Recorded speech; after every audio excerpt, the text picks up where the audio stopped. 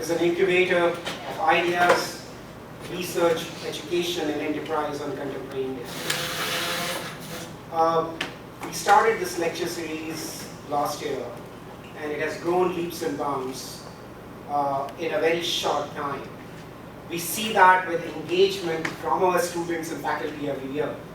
As more and more new students, faculty, postdocs, PhD students turn up for our events, and I see new faces every single time we do this, that is the metric of success for the India Center.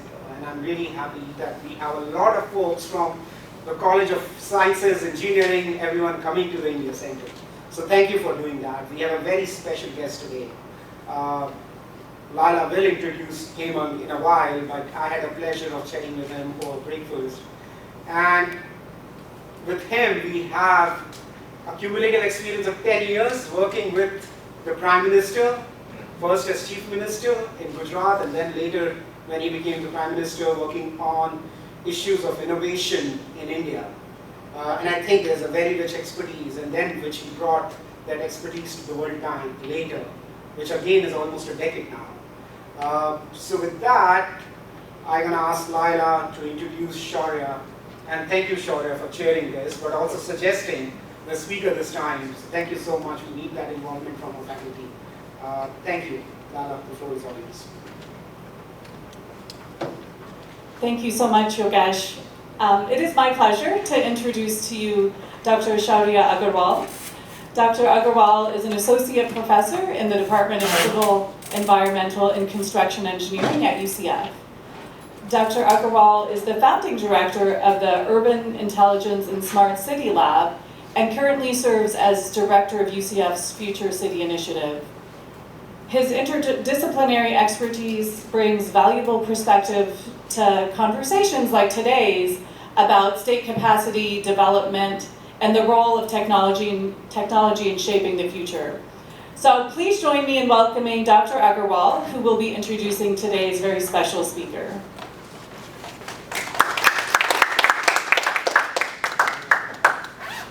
Thank you, everyone. Good morning.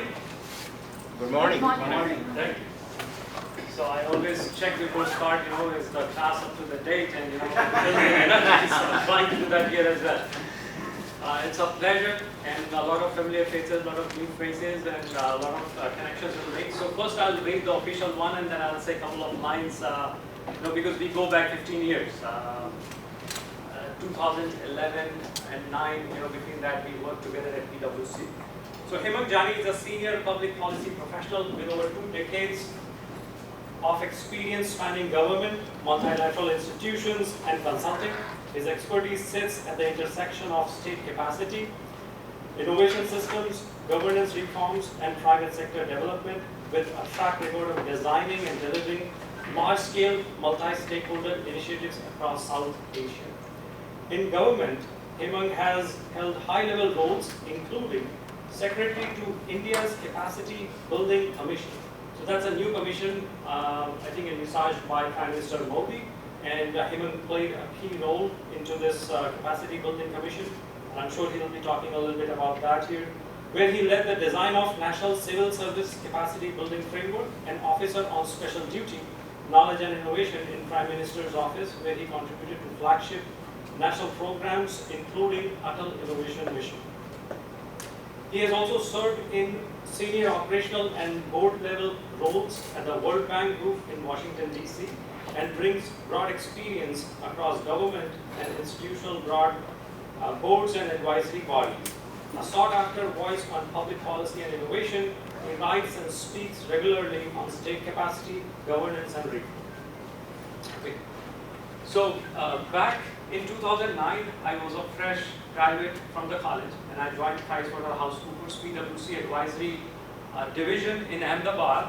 And Hemang was already a seasoned professional there, working with the PwC, and he was working with the state government, Gujarat. And Gujarat is one of the forward-looking states, I may say that, in India. And at that time, there were a lot of initiatives that were piloted in Gujarat and later adopted in other parts of the country. And Vibrant Gujarat was one of these initiatives where Hemang was playing key role, where they invited companies and multinationals to come and invest in the Gujarat state. So over the last 15 years, I've seen Hemang come back and forth. So he was in public sector with the CM's office, and he came to PwC in the private sector. So he has held multiple roles, and now he works in World Bank at a senior level. So it's a real pleasure to invite Mr. Jani and inspire us with some of his key comments. Thank you very much. They said, let us remove that by 2047. We have 20 years to do that job, not a short time. Take pride in our roots. I was thinking, I hope nobody wears a blue koti today, because there are only very few colors Fab India has. Black or blue. I was almost going to pack my black or grey jacket. I know. So, but these are our roots. Whenever I visit India Center, I like to wear a kurta or a jacket. This is my route. This is very comfortable in Florida environment as well. But at the same time, we discussed with, I don't know, where is our Chennai friend? He left. Oh, he's here. So we discussed about Murugan idli, and the quality of idli is very bad now. And I gave a wrong answer. He said, I like Karnataka sambar, but not Tamil Nadu sambar, but those are Tamil Nadu. These are our roots. So let us take pride in our roots wherever we are. Unity. I am very happy to see somebody from Agra. Sir from Agra has trained everybody from all over India, not India, but from New Jersey and Florida and Milwaukee and Kentucky. Unity. All of us, how can we be together? Sense of duty. This is the biggest problem that we have. All of us, we want government to do things for us or country to do things for us. But what can we do for country? And this is what you hear here in this country, right? It's not important what your country can do for you, but what you can do for your country. John F. Kennedy. Right? John F. Kennedy. It's not new. But that is exactly what matters in building a nation, building a country. And one of the most important aspects which we can immediately do sitting here is Viksit Bharat or Developed India. That is what I am going to talk about today. What do we mean by Developed India? What is the per capita GDP of United States? Anybody? USD? Somewhere around 60,000. Right? Dollars? What is the per capita GDP of India? Look at the slide. She is Googling, not Googling, she is asking ChatGPT, it's not that fast. 2,500? Okay, one important, what is the per capita GDP on an average of the world? You have India, you have China, you have of course US, you have whole of Europe, and you have entire global South, Africa and others. What is the average per capita GDP of the globe? Any guesses? You are all technocrats, engineers, statisticians, I don't know, many economists also in the room. Any guesses? Highest is around 60,000. We are somewhere around 2,500. Some people will be below. Where could it be? No, we are 2,500. Actually, it has to be above us, right? 10, 15, very close, around $15,000. Park that number in your mind. These are very important numbers when we are talking about what economically developed nation means. There are many other aspects of development which you know more than me perhaps.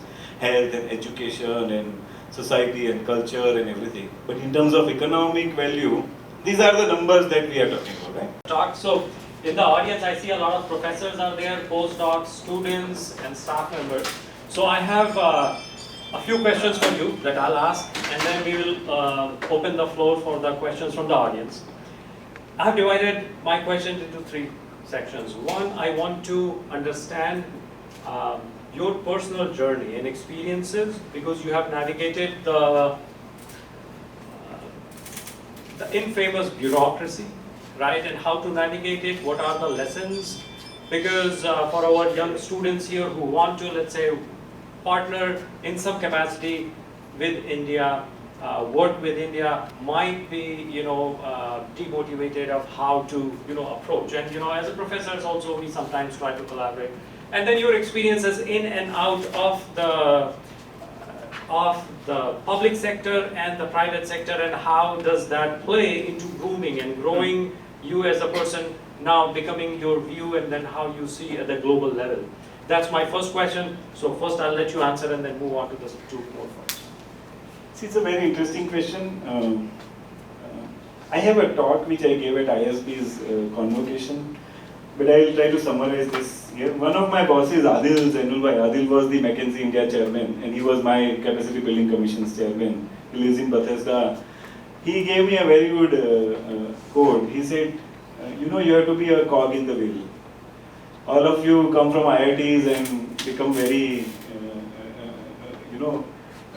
I wouldn't say big people, but he defined it as curious, open and grounded. You remain curious, you remain open and you remain grounded. That is the only way to achieve success. Second thing is, success is the formula of hard work plus luck. Now, hard work is the necessary condition, because if you don't have hard work, you cannot bank on luck. But it's not necessary that you keep working hard and luck will always touch you. Someday luck will hit you.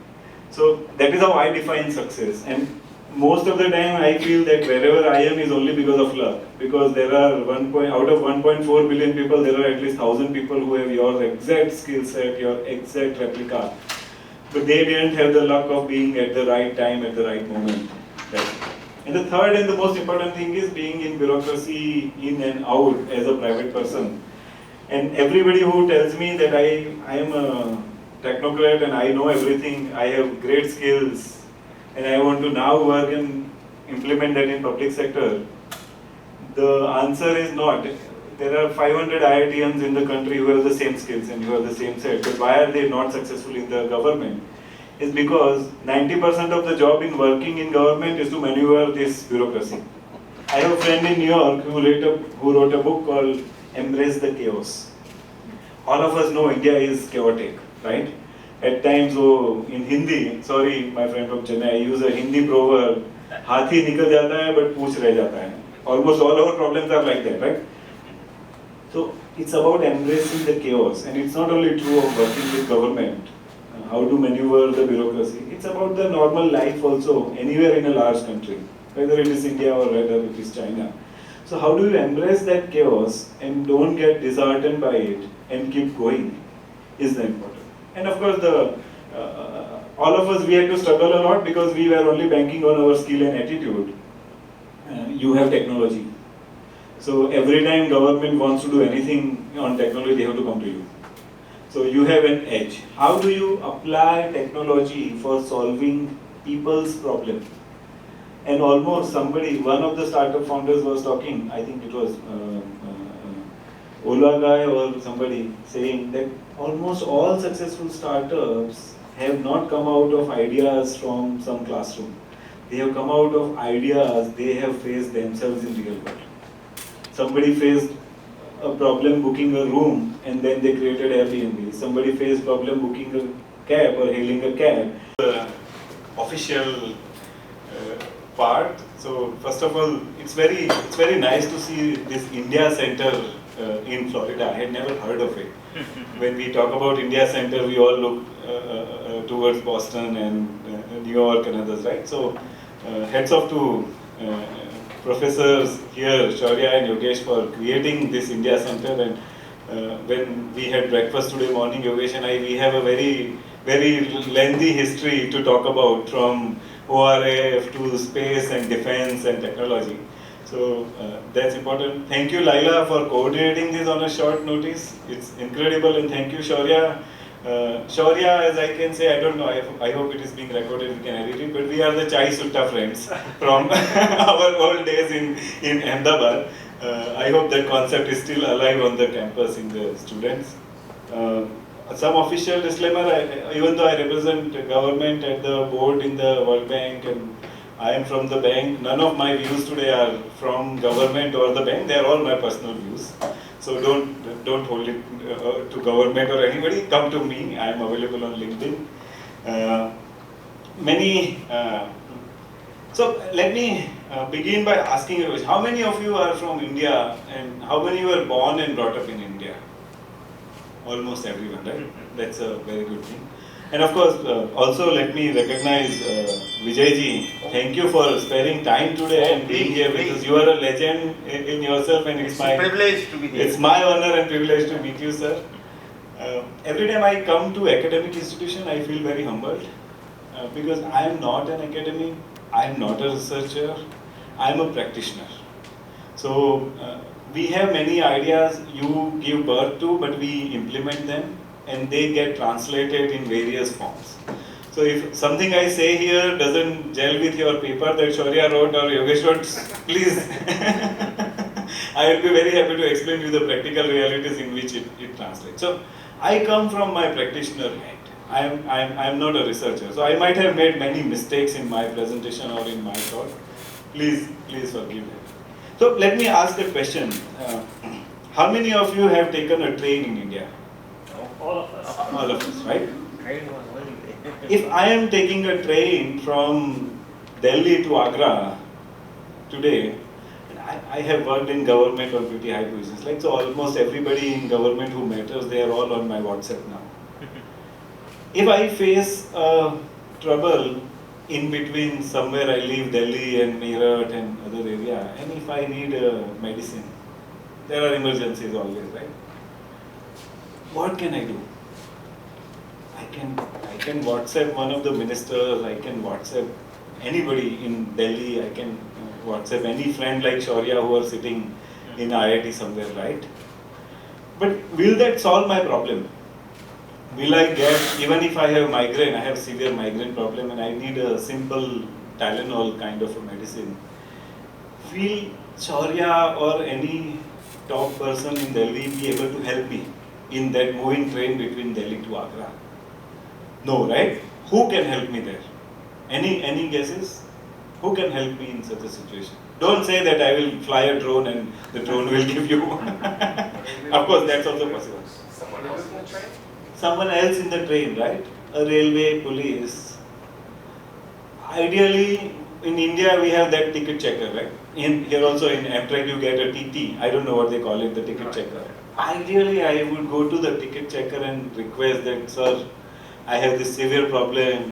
If I am a farmer in India, and if today government wants to design any policy related to agriculture in India, where should they go? Do you have a good agriculture department? Anybody working on ag tech and other stuff? Yeah. You have, right? Being a world banker, I would say that you go and hire one of the best agriculture economists. Invite them, and we have many in the bank. We have like people who have ultra specialization on seasons and seeds and climate and crop patterns and yield and everything. Right? So I'll say, oh good. You go and hire a good agriculture economist and they will tell you, today that's not the answer. If you are a public servant and a policy maker, and if you want to design any policies related to agriculture, in all probability you will end up going to a drone operator or a startup which has invented some new LiDAR plus satellite plus technology to do exact farm level mapping and tell you how much crop is there, how much yield it will yield, what is the kind, what is the weather pattern in that area, and what is the future. You will end up going to a technologist. Many of you, I am sitting in a technology university, I use this quote when I go to a humanities school, but many of our public policy practitioners and policy makers, they were trained in humanities. And for them, every answer to policy was humanities. That has changed. Imagine you visiting US before 15 years. What did we do? We landed at the airport and we took a cab. Right? I don't know whether you have a red or yellow or blue, which color cab. You took a cab and they followed some maps and then you went around, or you took a bus. Today Uber has, and all the app-based taxis, not to name any one company, have solved this problem. What is this? This is, I think, essentially solving the transport problem for the state. In those states which are progressive, which are proactive, in 2016 I landed in California somewhere, and I saw, when I stepped out of airport, I saw Uber go this side. Today you see this on every airport, right? It wasn't there before 10 years. In India also, if you go, every airport has those ways, right? That is the ability of state to adopt innovation and say that fine. Now I don't want to worry a lot about taxi and transport problem because private sector has solved it. They have made every car a part-time cab for me, right? Health, insurance, many of these sectors, if you see, how many times you have to go to a government website? No, right? Now you can go to, earlier you go to LIC, जीवन के साथ भी, जीवन के बाद भी, right? You all heard and you all know, your dads and moms, they will tell you that I have these 3 LIC policies which is going to take care of your education and your marriage and your everything. Today I don't even have one. Right? So you don't go to state every time. Now technology is solving many of your challenges and problems that you have to solve. So technologies are essentially the new humanities. Earlier, all of you know about India. All of our parents, they told us, go beta, come to US, become a professor, go somewhere and do job, or become a civil servant, become a professor in India, right? Today they don't say that. Today they say, मेरा बेटा startup बनाया है. They have received the funding. The celebration moment is not when you clear UPSC. The celebration moment is when Alpha Wave invests in your daughter's company, and even if she is working as an employee in the startup, she has ESOPs, right? So they'll say, oh, Alpha Wave have invested 500 million. She has 0.3% of their share, so she is going to be a millionaire, right?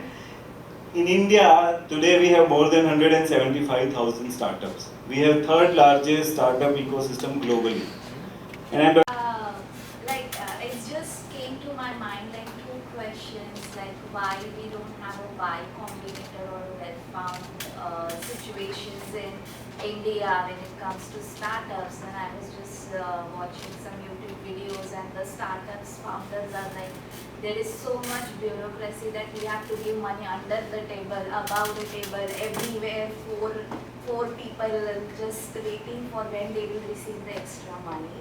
And second question is, because I stayed in Singapore, if you are with any government official, please mention that when we were looking for apartments, there is a zero tolerance for corruption. Like every realtor has an ID card and a scan code scanner.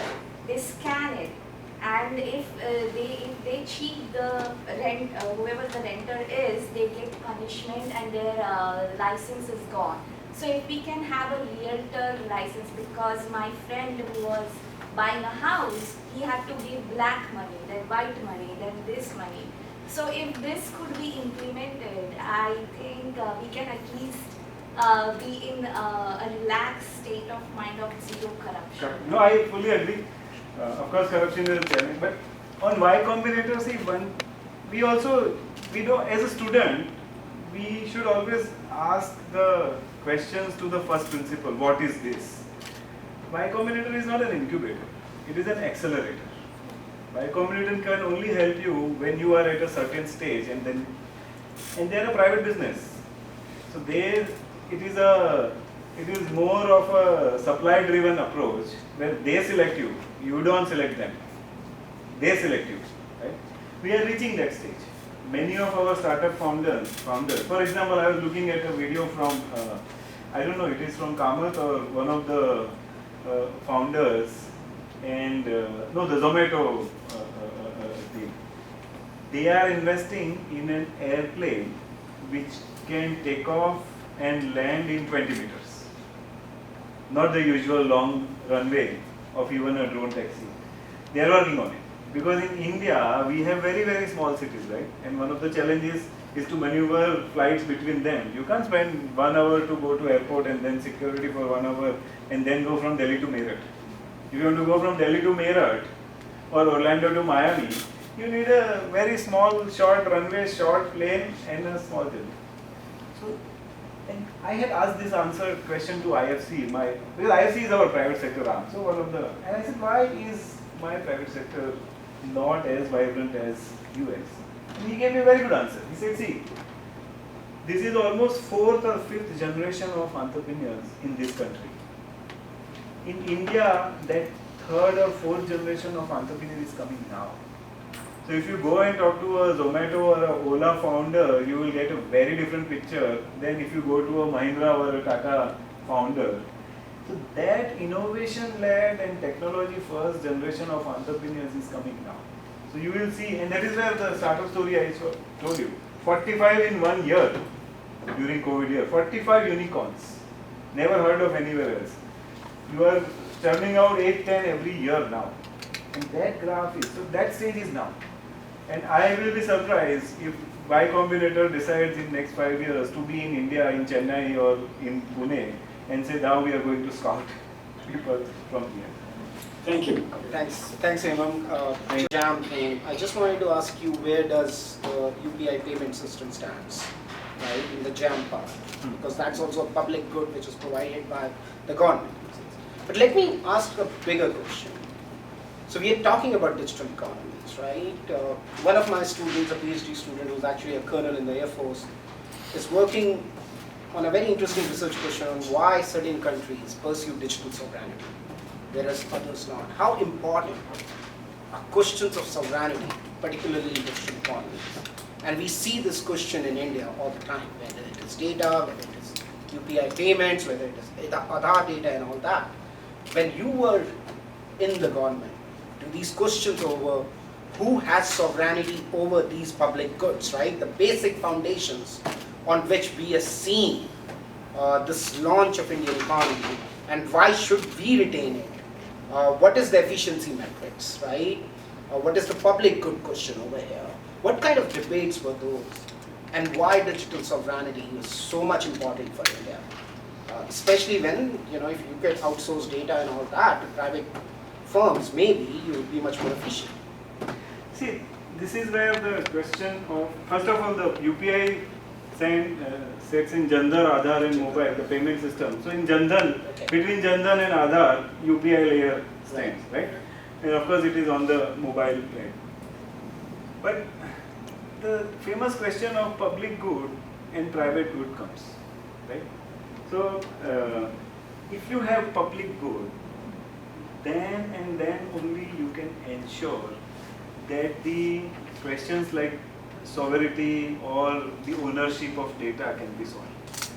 The moment it goes into private good, it is going to be driven by profit and other motivations. I'll give you a simple example from our times. If you, why did in mobile operators, why did you have universal obligation? Things happened there. One is lot of manufacturing push, but along with that, they almost, I sent the paper to you, they almost doubled their research and development investment. So for us, that is very critical layer in the long run. If we are able to double our R&D expenditure in every year for next 20 years, we will be able to reach there.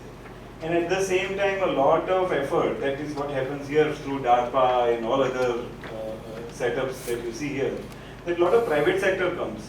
Now, we are at that stage where our private sector is ready to invest a lot in creating public goods and creating. So if we solve that challenge and we can sustain this growth, and very critical layer is state capacity. Karthik Muralidharan has come out with an 800-page book on state capacity very recently. You should read them. I haven't been able to complete it. But one of the critical hypotheses that he had made is that if we just improve our bureaucrats and their ability to deliver, we can add at least 1% or 2% GDP every year. But that is missing right now, right? How efficient your bureaucracy or your state machinery is in delivering the public services, that is a very critical layer. People don't talk about it. And that requires nothing but investment in human resource. If you go to government in UK, they have a director human resource who takes care of it. If you go anywhere else, you don't find that. Right? Here, if you go to a small county, the mayor is responsible for doing everything almost for their county. We look up to only a government. So how do you solve this human capital challenge, both on the state capacity side and in education layer? And how do you increase the investment in technology and innovation? That is where I think otherwise it's future, right? We can't predict it. Yeah, very good point. I think on the research side that we need to increase the research output. So next time you are with Prime Minister Modi, please highlight that point. So before a year, 1 lakh crore, so almost around, I don't know how much is it, 10 billion dollar fund was designed just for research and development. And the critical condition in using that fund is that it can only be used by government if there is private sector counterpart funding. So you have, I don't know whether you have heard about ANRF, Anusandhan National Research Foundation, designed like the NRF that we have in US.